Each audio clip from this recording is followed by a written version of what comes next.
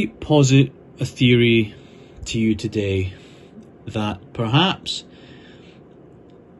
everyone has it backwards on evolution, life, and the origin of species. I think they might have put the cart before the horse. Okay, so that's my bold statement. Now, what do I mean by this? Well, if we know that the universe is entropic in nature, meaning that over time energy takes longer to reach distances, which means that less complexity happens, then perhaps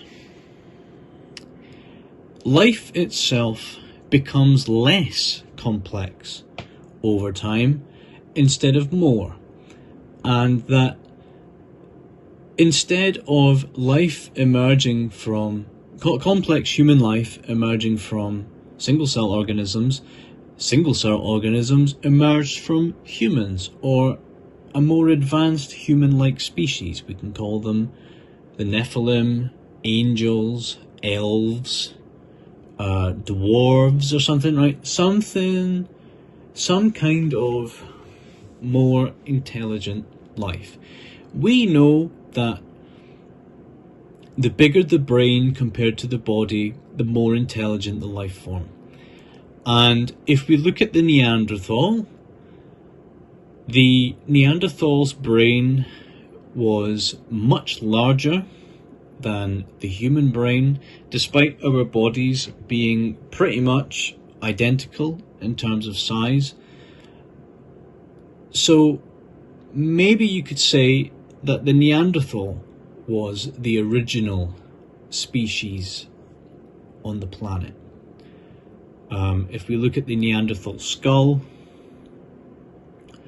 it does look, quote, more primitive, but in a way it looks more developed. If you were to look at the difference between a wolf and a dog, the domestication process tends to neotenize, which means make more childlike, the skeleton of the species once it becomes more domesticated. There are also notes where male pigs escape from farms, they escape into nature, and because of this escaping into nature, a process of maturation occurs and it turns into a wild boar. It goes from a pink, typical looking pig with a curly tail to a big, hairy monster because it's exposed to its natural environment. It goes through a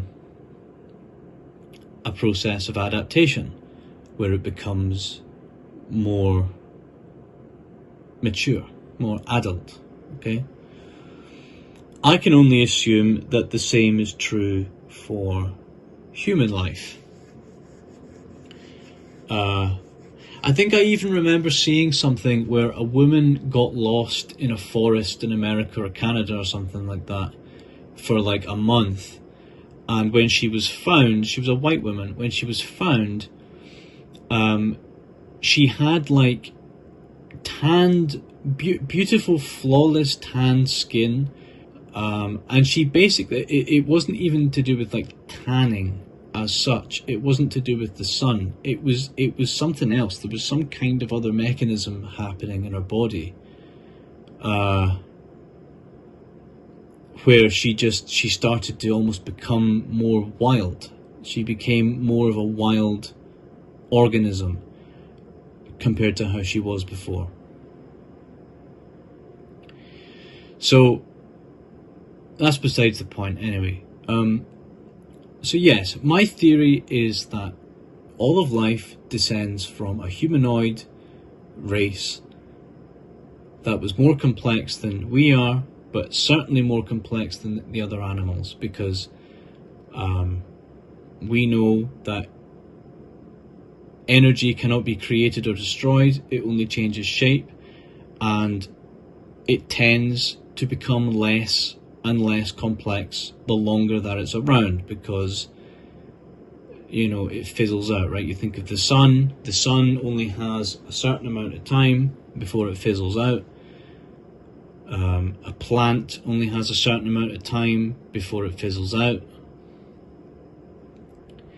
So if something is less complex, it means that it has less going on, which means that there was less energy in creating the thing. I would be very impressed if a gorilla or an orangutan was not necessarily to create a spear or something, which I think they already do. I'm not very impressed by that. What I would be impressed by is if an orangutan was to pick up a ruler and a pencil and draw a fucking straight line with the ruler and pencil on a cave wall. Okay, just a straight line. That's all I'm asking. I'm not asking for a fucking pictogram. I'm not asking for a stick man.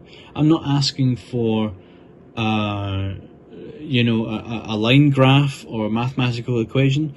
All I'm asking is for a gorilla or an orangutan to pick up a ruler and pencil and draw a fucking straight line. Without being prompted, without being taught how to do it through, if you pick this up, you get a treat. That's not what I'm talking about, okay? You can train a lot of animals to mimic intelligence if it goes through the stages of the task, because it knows that it's going to get rewarded with treats. That's not the same thing. It doesn't have intrinsic motivation. I would be very impressed if I saw a gorilla or an orangutan have an intrinsic moment where it picks up a pencil and a ruler or a piece of slate or something and draws a fucking straight line. I have yet to see that.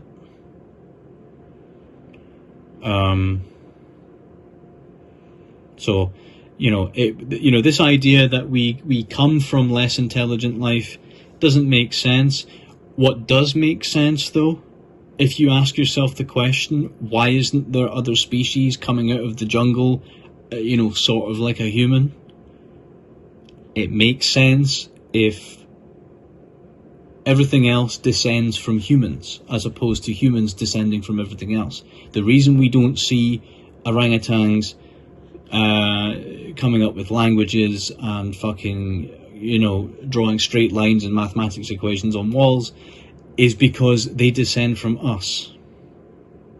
And over time, things get less complex, as opposed to more complex. And it also explains how in the past there were supposedly hundreds or tens of different humanoid species. You have the little hobgoblin ones, the hobbit ones, right? The Java man. You have Homo Neanderthal. You have Homo Denisovan. You have Homo erectcock. You have Homo Heidelbergensis, right? You have all of these different people at the start of time, and over time it reduces itself down to Homo sapien sapien. I think that's very interesting. There was more life, there was more life. There was fucking mammoths and saber-toothed tigers and all this shit that we apparently hunted to extinction. There's no evidence of that. Okay?